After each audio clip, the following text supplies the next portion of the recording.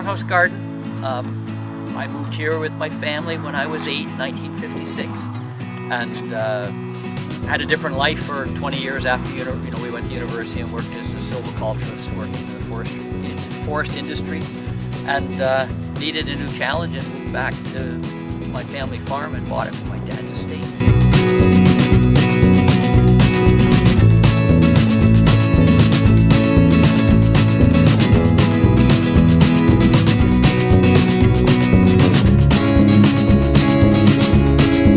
We have about 18 plus acres of vegetables, and this is just a 100-acre farm, and only about 44 or 45 of it is workable land. We have a nice wood lot in the back that I do some logging in. We do some maple syrup in, and we're still quite a mixed farm. This is the first year that we didn't raise pigs and chickens, and we have the herd of cows. We have right now 21 head. There's 8 mamas with their babies, and yearlings, and a bull, and a pet cow baby.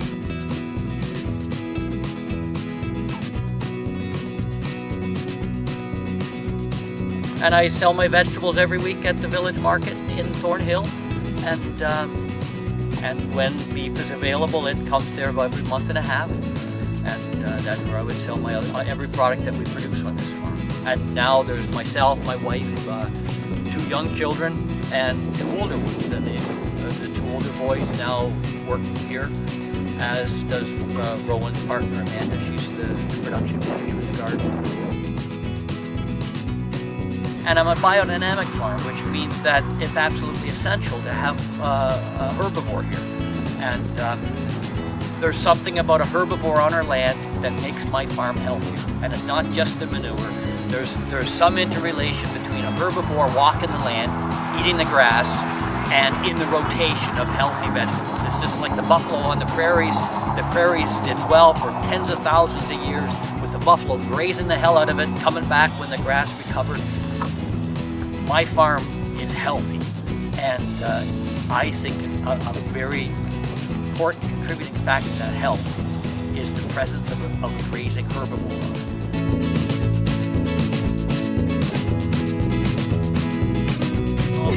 Hey, show respect, Miss Donkey. See that? She just says I'm not giving her enough love right now. I've been in the field for 15 minutes and I didn't give her any love.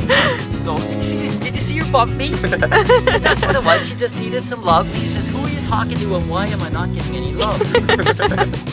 This is so gentle. This is Buckwheat, and he's our guard dog. Now you see this baby coming. Baby, you need some love too, baby. But I watched a man that worked with my dad, his hired man, who was over 90, caring for our young calf with such love. And I was thinking about that about a month ago, maybe it was 6 weeks ago. I was out actually right here in this paddock helping a little baby up who was just born, and trying to get it to nurse, and just caring for it like you would. And I was doing it with such love, and talking to it and cleaning the scuzz off its face, and trying to get it on its mama, who was a maiden and didn't know exactly what all the fuss was about. And it's very important that they get their first milk. They've got to get on mama. As soon as they get that first milk, I know they're going to live. If they don't get that first milk, they're going to die. And anyways, I'm talking to it and I'm working with it, and I'm getting it on mama, and you know what, I'm pretty happy when that happens, and I'm talking away to it. And it was funny how I talked about Wilfred Fletcher, this old man, and how he was so careful with his animals. And then I said, "Oh, it's too bad I'm going to knock you on the head and cut you into pieces and eat you." And I thought, how hypocritical of me to give something so much love, and the end thing is so different from that love. And there's nothing wrong with raising something with good character, taking really good care of it, and raising it with love. But it just seemed a little odd that in the end of it, I can turn off my mind, and I never liked that part. As a farmer, you can kind of just turn it off, because you're a farmer. You've got to have the money coming in to pay the bills. Farming is anything but a cheap expense. It's a very expensive existence here. My land tax bill is over $8,000. My hydro bill last month was $1,100. And every time a big bill comes in, somebody has to die.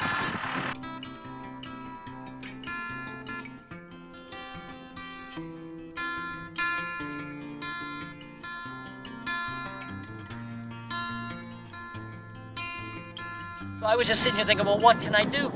And I thought, well, I've got this sweet little girl that worked for me for years, and she's been a very gentle influence. She's a vegan, and she's never been hard on me. She just kind of very gently gives me information. So anyways, I just thought, well, I wonder if there's a way. And I thought, well, I'm going to just present this to Edith and see if she has some ideas and if there's ways that we can actually keep the cattle here on the farm and just eliminate the breeding of them, and they could just live out their days. But I thought, well, maybe then we'll take in rescue cows or ones that are taken by the SPCA or something because the farmer wasn't good. I didn't know. But I thought, we'll just explore that end. And my family isn't eating a lot of beef now, and it was an odd thing. My young son, who's now 7, when he was about 4, he just asked what the meat was on his plate. And he said, Dad, what kind of meat is it? I said, well, beef. He said, well, is beef cows? I said, yeah. He said, our cows? And I said, yeah. He said, I can't eat our cows. And so what's happened is he just will not eat it. And so Annie, my wife, has had to always make 2 different kinds of meals. And so what we've done is we've just haven't eaten beef now. Now they don't like their heads petted. No? No, when you pet her horns, you're saying, come on, let's fight. They don't mind their shoulders petted, but their face and horns is a challenge.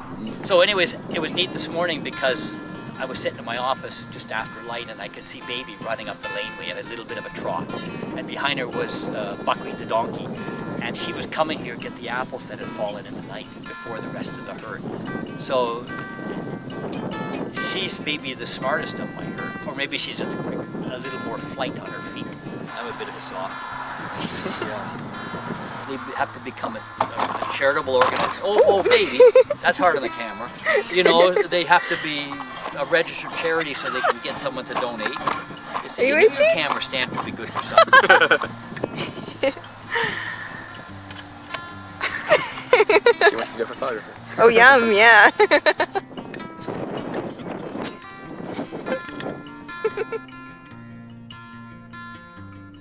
Well, 36, I kept her. She was giving me calves up until she was 14 years or 15. And then there was 2 years there that she hadn't come into season. She hadn't come into heat. I never got her bred.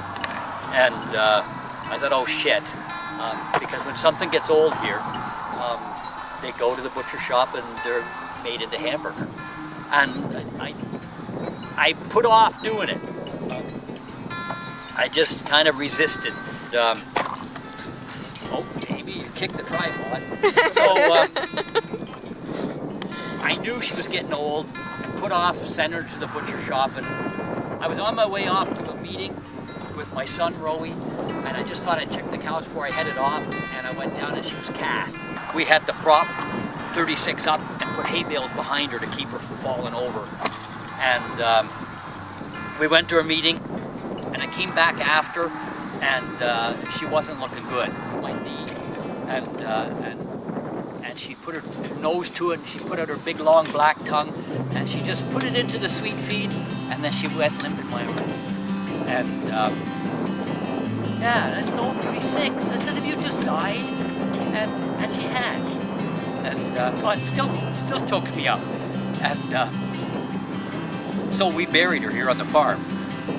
Yeah, and I still have her great-great dogs here. And, so there, you got me choked up and everything. You weren't supposed to do that.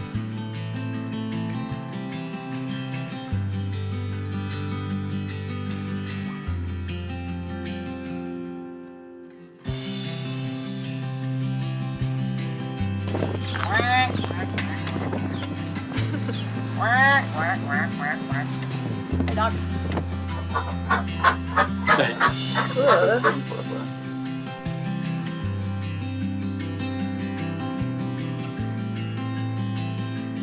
Saturday we're at the village market in Thornhill.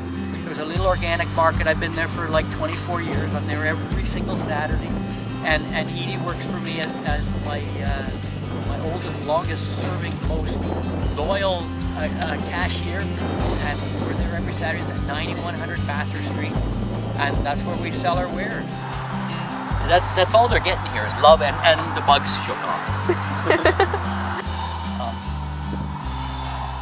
I want to make sure at the end of it I've got a really good conscience. I want to make sure that it's done openly and honestly. And